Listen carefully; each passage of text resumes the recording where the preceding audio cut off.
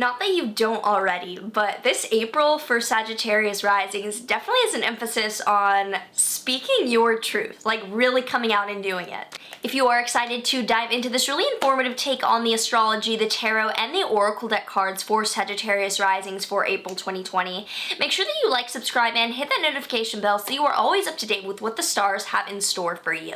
Hi, I'm Maren, an astrologer, a current college student, and a witch proudly out of the broom closet. I bridge ancient Hellenistic astrological techniques with modern psychological counseling dynamics in order to provide grounded spiritual guidance with my astrology. So this video is also brought to you by Rashi Collective. Rashi is my newly launched platform connecting spiritual practitioners with their ideal clients. So if you are a tarot reader, Reiki healer, an astrologer, or anything like that in the spiritual community, you can post your services, and those of us looking to get our energetic needs met can hire you. So we're connecting spiritual practitioners with their ideal clients. We would love to have you join the family, and the link is down below for you to feel free and join our family. So as I said, definitely an emphasis on you speaking your truth for Sagittarius Risings for this month of April 2020. Getting started right on the 1st, Mars will continue to conjoin Saturn in Aquarius in your 3rd house.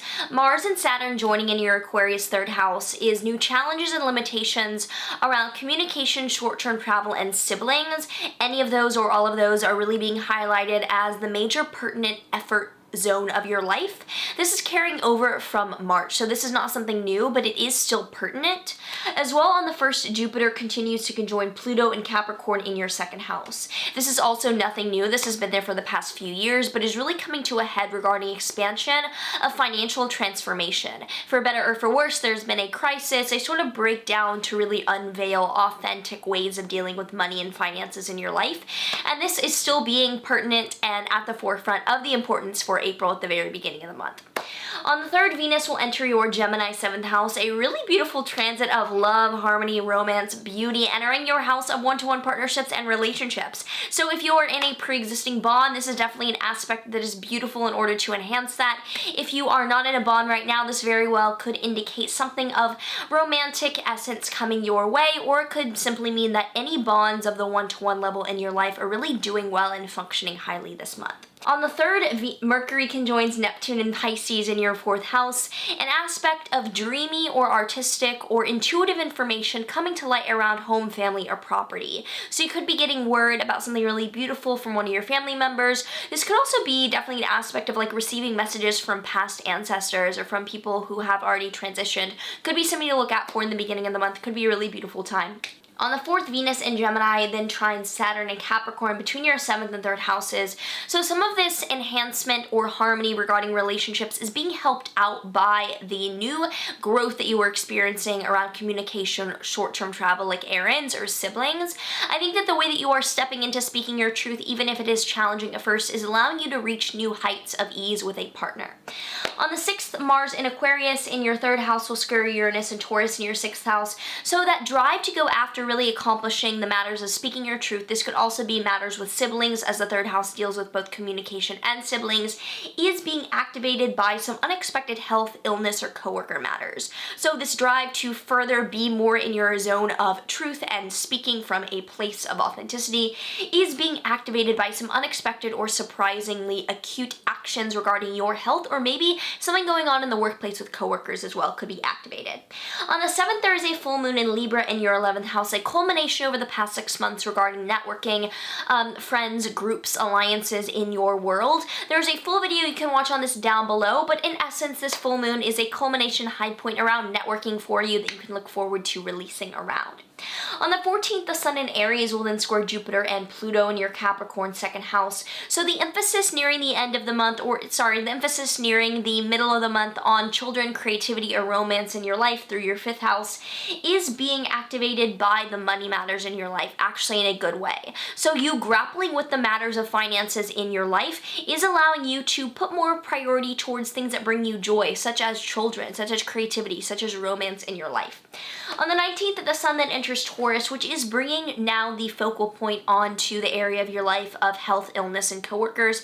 As I said, this is already somewhat activated, and I think the focus is now firmly setting on this like have to do part of your life nearing the end of the month.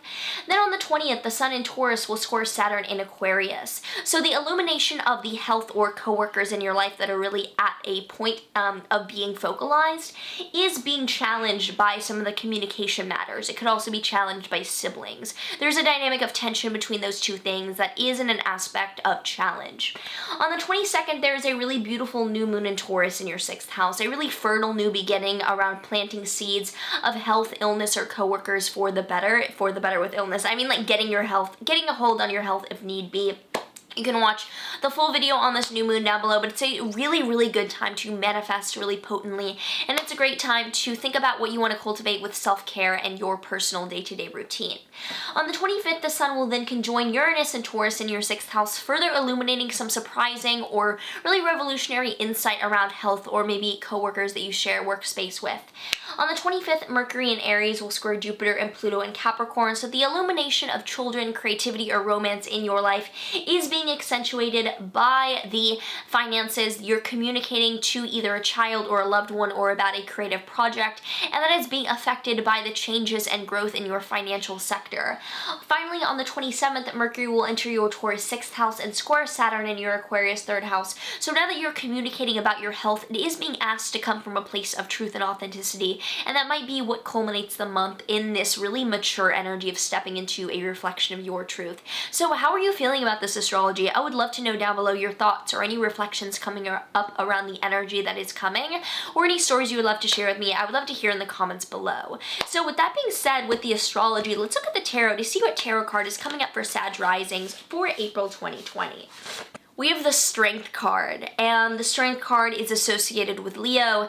It's not only about overt strength, but the strength of restraining strength and stepping into a held yet powerful version of yourself. So if you have been holding back, this is your sign to become strong in healthily integrating your power and the way that you speak that into existence. Now let's pull a Work Your Light Oracle deck card for some more guidance for Sag Risings for this month of April for 2020. We have Dance with life. Do something to change your energy. Maybe there's been a lot of serious energy in your life around money, around getting things together financially, and around the resources at hand. And this is encouraging you to dance with life again, to find that fun that you maybe share with a romantic partner or with just yourself in speaking your truth and reacquainting yourself with that magic. Finally, for a Law of Attraction card, everything is falling everywhere. We have the Law of Attraction brings whatever abundance I choose. I want financial prosperity. There are so many wonderful things that are available in this wonderful world, and financial prosperity opens the door to so many of those things. Since the Law of Attraction responds to my thoughts, I have decided to focus predominantly upon the abundance that is possible, understanding that it is only a matter of time before my thoughts of prosperity will be matched by the flow of financial prosperity. Since the Law of Attraction will bring me the object of my attention, I choose abundance. I love this to close out this month that still has some of the financial transformation highlighted, because you have been going through it, and I validate that. And now with speaking your truth, I think you're seeing how you becoming more positive with the way that you use your words will have the same effect on how you manifest abundance. So with that being said, I would love to hear your story in the comments below if anything is coming up for you.